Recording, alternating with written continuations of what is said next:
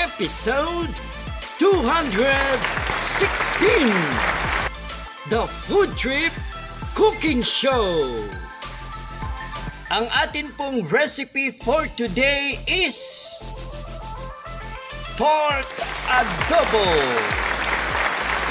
Ang adobo na po siguro ang isa sa pinakasikat pagdating po sa meal or sa menu dito po sa Pilipinas.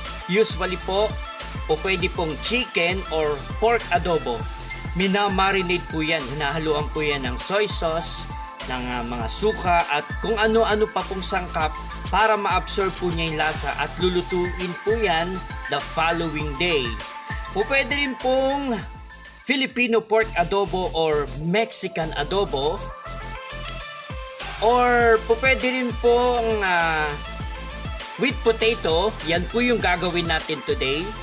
Po pwede rin pong with eggs, yung malalaking itlog, or po pwede rin po yung quail eggs, yung itlog pong ng mga pugo, yung maliliit, or adobo po na may tofu, sasamahan po yan ng tokwa, or adobong baboy sa gata.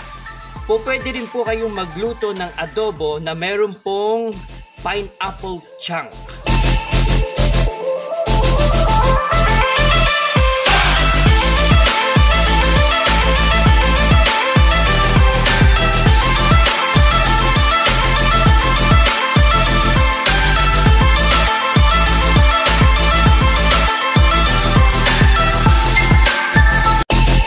September to remember on the Vlogcast.